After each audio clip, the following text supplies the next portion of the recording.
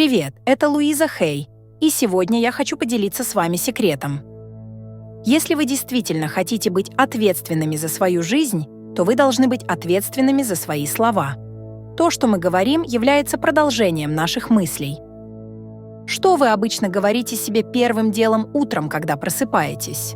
А что вторым и третьим? Большинство людей говорит более-менее одно и то же все время по утрам. Как это начинает ваш день?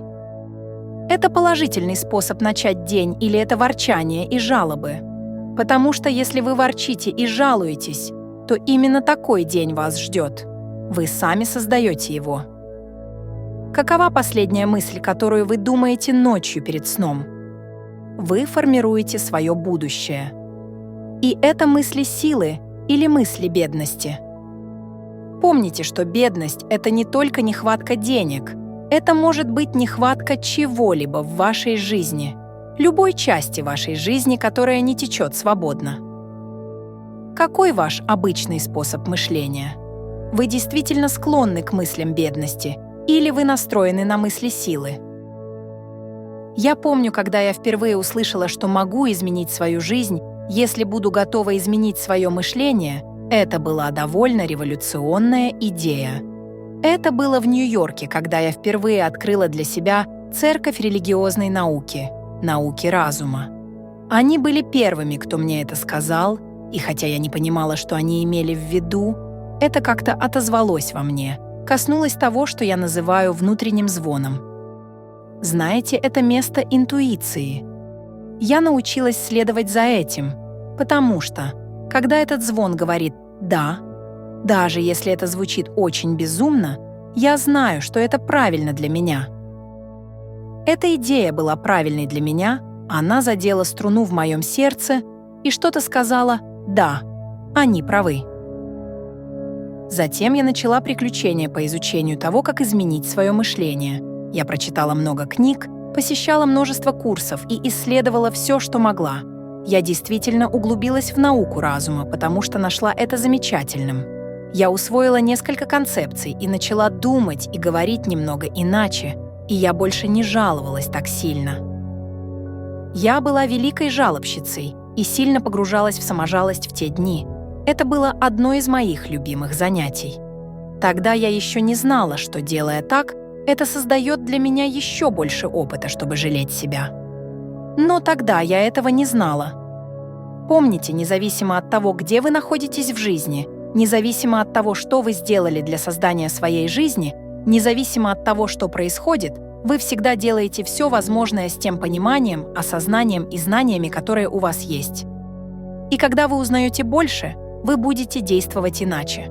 Поэтому, пожалуйста, никогда не корите себя за то, где вы были, или даже за то, где вы находитесь. Скажите себе, что вы делаете все возможное.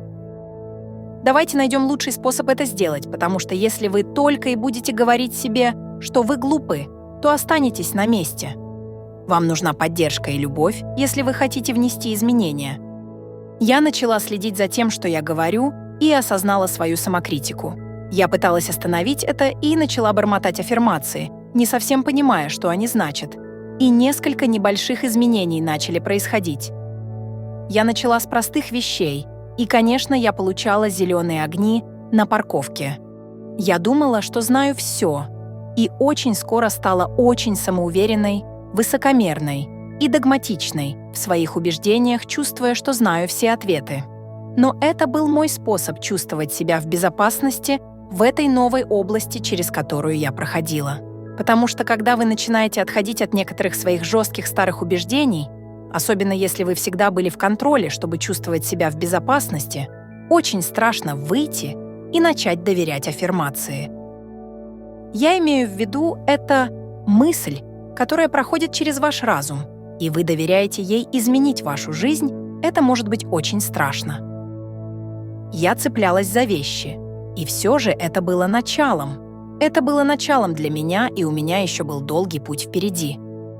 Как и большинству из нас, мне не всегда удавалось идти по этому пути легко и гладко, потому что просто бормотание аффирмаций не всегда работало, и я не могла понять, что я делаю не так. Был ли это еще один пример того, что я недостаточно хороша? Но мое растущее понимание позволило мне начать процесс прощения. Знаете, если вы идете по улице, и кто-то врезается в вас, и вы резко поворачиваетесь, очень сердитые, как они посмели это сделать? А потом вы видите, что человек слепой.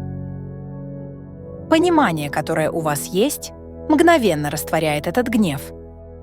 И я думаю, что когда мы действительно начинаем понимать детство людей, которые причинили нам боль, это позволяет нам перейти за пределы прощения и в понимание, чтобы мы могли открыть двери к своему собственному сердцу.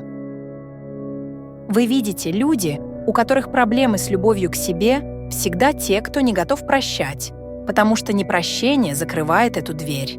А когда вы прощаете и отпускаете, не только огромный груз падает с ваших плеч, но и дверь к вашей собственной любви к себе открывается. Люди говорят: «О, какой груз упал!» Конечно, потому что вы носили это бремя вечно. Теперь я не говорю, что мы одобряем плохое поведение, потому что мы этого не хотим. Мы не хотим быть в рабстве. Это что-то, что, возможно, произошло очень давно. По мере того, как мое прощение росло, также росла моя готовность простить себя. Прощение самого себя чрезвычайно важно. Многие из нас вырастают и начинают ненавидеть своего внутреннего ребенка за то, что у него были такие переживания, и мы делаем с нашим внутренним ребенком то же самое, что сделали с нами. Мы просто продолжаем это, и это очень печально, потому что когда мы были детьми, и другие люди могли плохо с нами обращаться, у нас не было выбора. Но когда мы вырастаем и плохо обращаемся со своим внутренним ребенком, это очень печально и трагично. И когда я простила себя, я начала доверять себе и заботиться о себе. Когда мы не доверяем жизни или другим людям, это на самом деле потому, что мы не доверяем себе. Мы не доверяем себе заботиться о себе, поэтому мы говорим: «Я никогда больше не влюблюсь, потому что не хочу быть раненым». Или «Я никогда не позволю этому произойти». Но на самом деле мы говорим: «Я не доверяю тебе достаточно, чтобы позаботиться обо мне, поэтому я буду держаться подальше от всего». Но я начала доверять себе достаточно, чтобы заботиться о себе, и мне становилось все легче и легче любить себя. И мое тело исцелялось, и, что самое главное, мое сердце исцелялось. Знаете, как говорит доктор Харрисон в своей замечательной книге «Люби свою болезнь», прощение как себя, так и родителей или отпускание прошлого, что вы и делаете, исцеляет больше болезней, чем когда-либо смогут антибиотики. И терапия обычно вращается вокруг готовности прощать. Когда мы не прощаем, когда мы не отпускаем, на самом деле мы связываем себя с прошлым. И когда вы застряли в этом прошлом, вы не можете жить в настоящем времени. А если вы не можете жить в настоящем времени, как вы собираетесь создать великолепное будущее? Потому что все эти вещи из прошлого просто отскакивают и создают больше будущих проблем. Доктор Харрисон и Берни Сигал со своей книгой «Любовь, медицина и чудеса» они оба замечательные люди. Я часто их цитирую, потому что они медицинские врачи, которые смотрят на жизнь с духовной точки зрения и действительно понимают связь тела, разума и духа.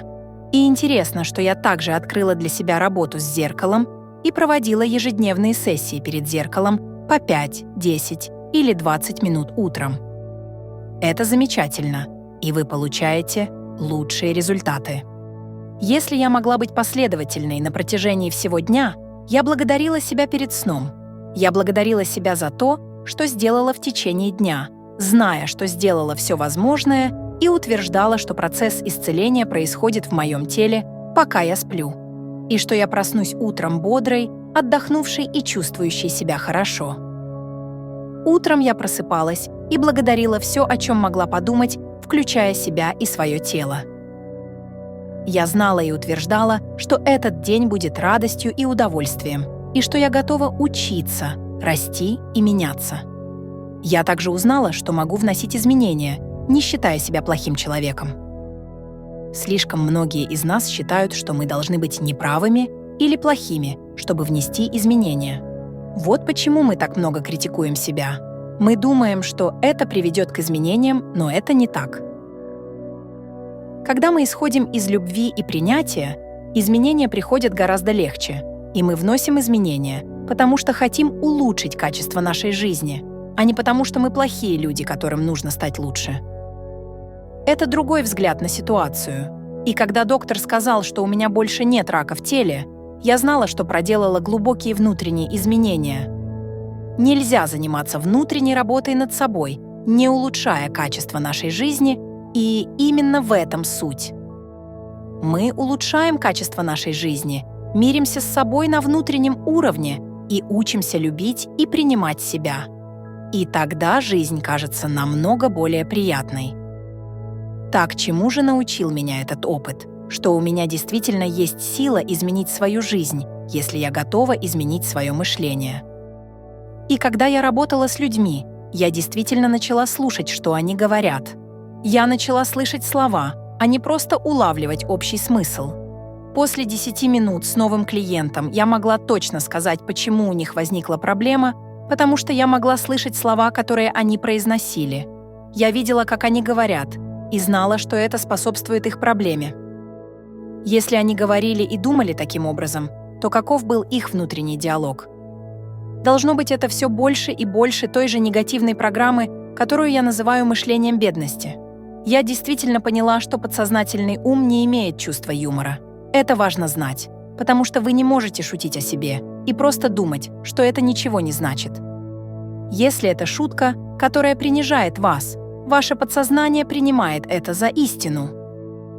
Ваше подсознание или Вселенная, как бы вы это ни называли, принимает все, что вы говорите, за правду и создает в соответствии с вашими убеждениями. Это как будто Бог всегда говорит «да». Нам дана эта бесконечная сила выбора, и Вселенная поддерживает все. Если вы хотите верить, что вы неудачник, что вас никто не любит, что вы никогда ни на что не годитесь, что жизнь трудна и что вы никогда не получите то, что хотите, то Вселенная достаточно любит вас, чтобы дать вам то, что вы заявляете. У вас есть неограниченный выбор, и если вы выбираете эти концепции и убеждения бедности, то предполагается, что именно этого вы хотите. И именно это вы получите и будете получать, пока не будете готовы изменить свои мысли и сделать другие выборы. Мы никогда не застреваем, потому что всегда можем подумать о чем-то другом. Миллиарды и миллиарды мыслей на выбор. Я помню, когда я работала с клиентами наедине, я слышала, как много они спорят о своих ограничениях. Они всегда хотели, чтобы я знала, что они застряли из-за этого или чего-то другого. Но если мы верим, что застряли, если принимаем, что застряли, то мы действительно застряли.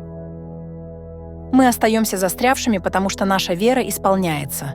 И знаете, то, как мы это говорим, может быть таким же простым, как встать утром, выглянуть в окно и увидеть дождь, сказав «Какой ужасный день!» или «Какой дождливый день!». Это совершенно другой подход, и все же дождь все еще там. Дождь не изменит ситуацию. Важно, как вы к этому относитесь.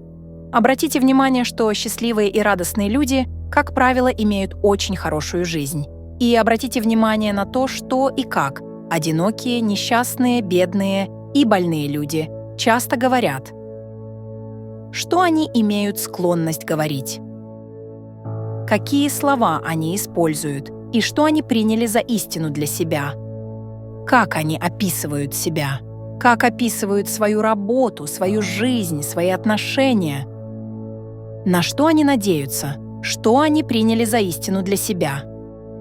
И, пожалуйста, не бегайте и не говорите незнакомцам, что они потратили зря свою жизнь, и не делайте этого с друзьями или семьей, потому что это не будет оценено.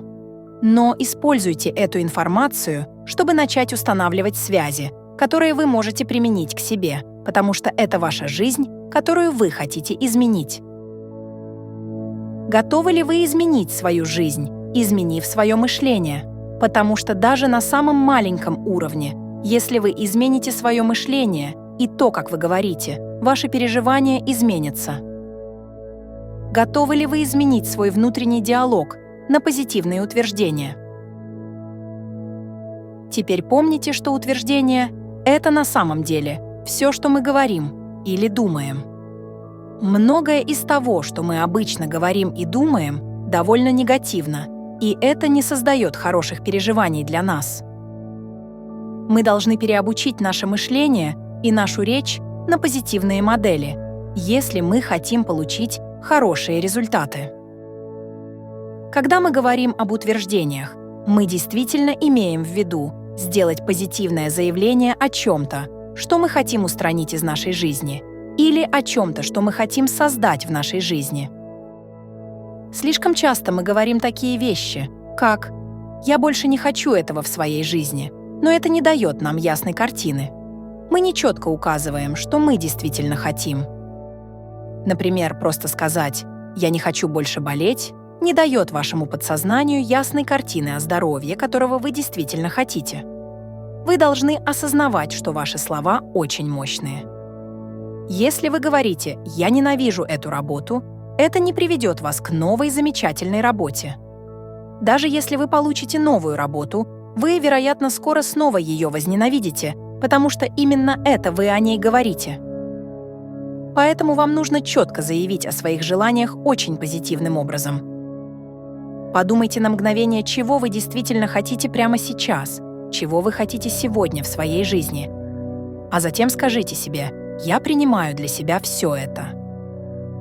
Теперь действительно ли вы верите, что заслуживаете этого?